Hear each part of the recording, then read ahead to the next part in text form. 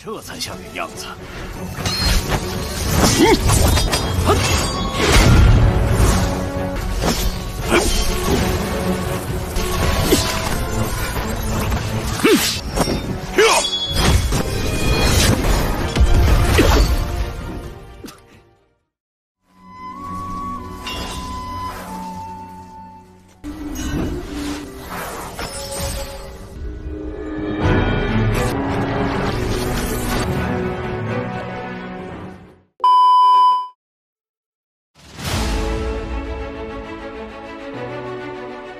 Hai Sobat Movie, bertemu lagi dengan Mimin Yuba di channel Ucap Movie. Gimana kabar kalian semua? Sehat-sehat aja kan? Mimin harap kalian dalam keadaan sehat walafiat ya. Kali ini kita akan melanjutkan Donghua Spirit Sword Sovereign part ke-59, yang mana di part kali ini kita akan melanjutkan perjalanan Chuyun dan kawan-kawannya yang bertemu dengan Lin Jingxuan di makam praktisi pedang pada part sebelumnya. Sebelum dimulai, jika kalian suka dengan channel ini, monggo di subscribe, like, dan komen sebagai uang parkir buat Mimin beli kopi, oke? Jika sudah, yuk kita langsung masuk aja ke alur ceritanya. Check it out!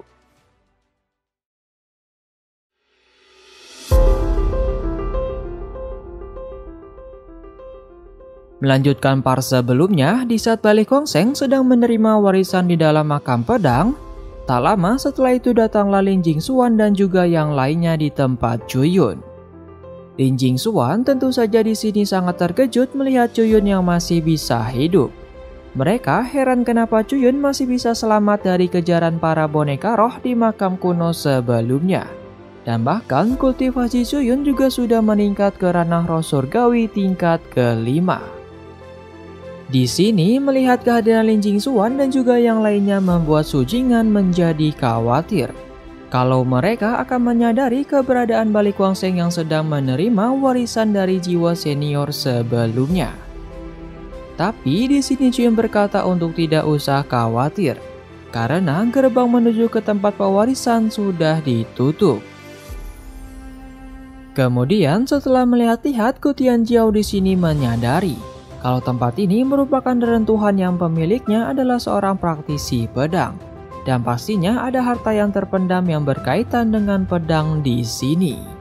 Oleh karena itulah Lin Jingxuan tidak terima kalau Chuyun sangat beruntung bisa menemukan istana ini, dan mereka sepertinya berniat merebut harta yang telah Chuyun dapatkan.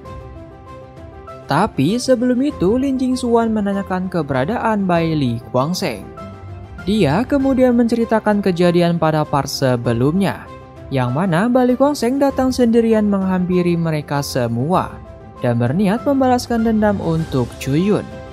Namun sayangnya Baili Gongsheng justru dikalahkan oleh tangan Lin Jingxuan itu sendiri, yang akhirnya membuat lautan roh bela dirinya menjadi hancur dan Lin Jingxuan juga memberikan luka di wajah Baili Gongsheng. Lin Jingxuan sebenarnya menceritakan ini semua demi memancing amarahnya Chuyun. Tapi sayangnya Chuyun tidak terpancing dan tetap bersikap dengan tenang. Chuyun kemudian mengingatkan Lin Jingxuan kalau dirinya pasti akan menyesali semua perbuatannya ini. Namun Lin Jingxuan tidak menghiraukan perkataannya Chuyun. Dia merasa sangat berkuasa dengan mengatakan kalau dirinya sudah pernah mengalahkan Baili Gongsheng sekali. Maka 2 atau 3 kali pun dirinya pasti bisa mengalahkan Baili Gongsheng lagi. Kemudian di sini Chuyun hanya bisa menahan dirinya dan mengucapkan beberapa kata yang pedas untuk kesombongan Lin Jingxuan ini. Dan setelah mendengar kata-kata itu, Lin Jingxuan pun berbalik arah. Dan kemudian dia pun menjadi kesal dan langsung menyerang Chuyun dengan dibantu oleh Luo Shen.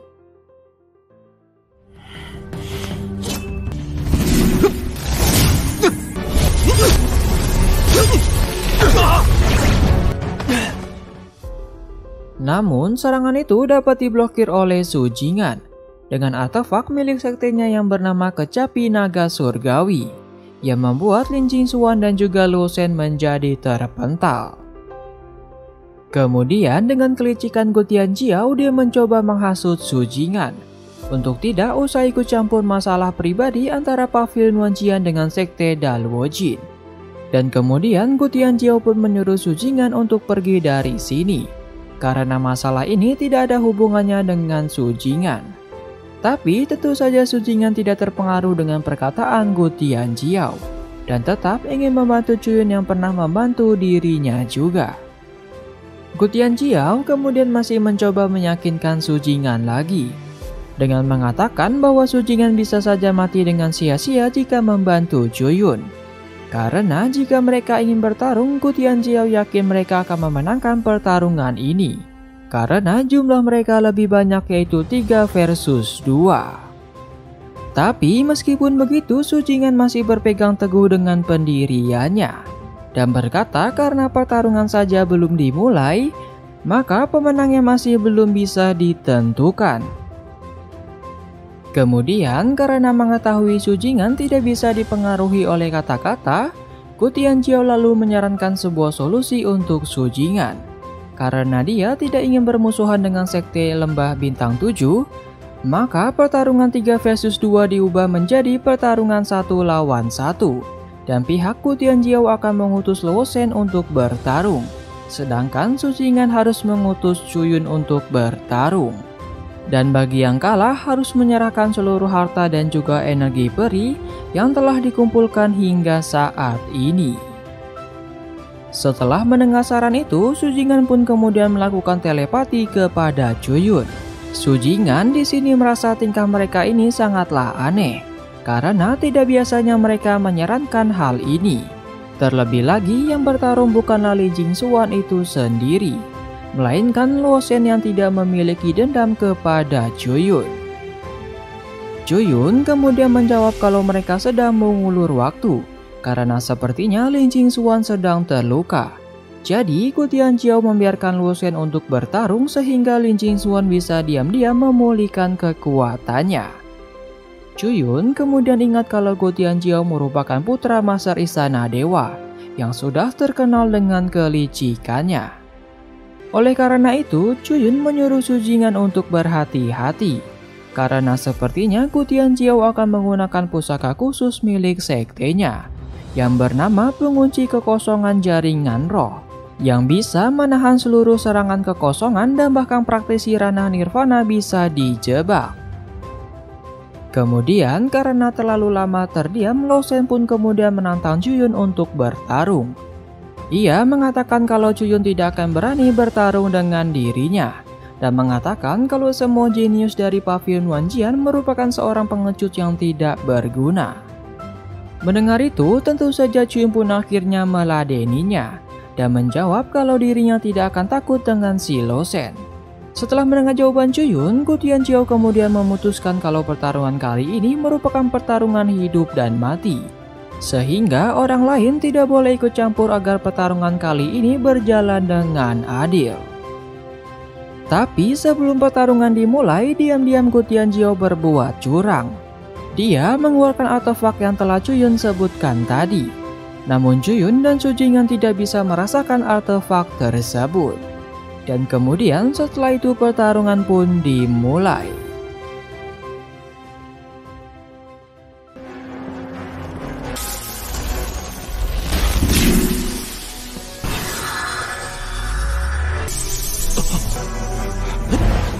啊！我大罗金门有远远胜过万剑阁培养的2名天才妖孽，都是酒囊饭袋。战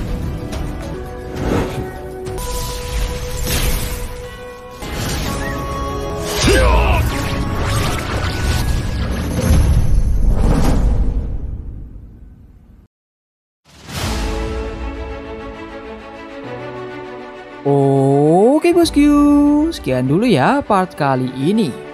Wah, kira-kira akan seperti apa ya pertarungan Chuyun melawan Luo Shen?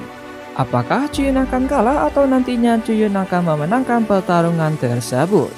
Kalau gitu kita tunggu saja di part selanjutnya ya. Dan seperti biasa, jika kalian suka dengan channel ini, monggo di subscribe, like, dan nyalakan loncengnya, agar kalian tidak ketinggalan video terbaru dari Ucap Movie. Jika sudah, sampai ketemu di part selanjutnya ya. Bye-bye.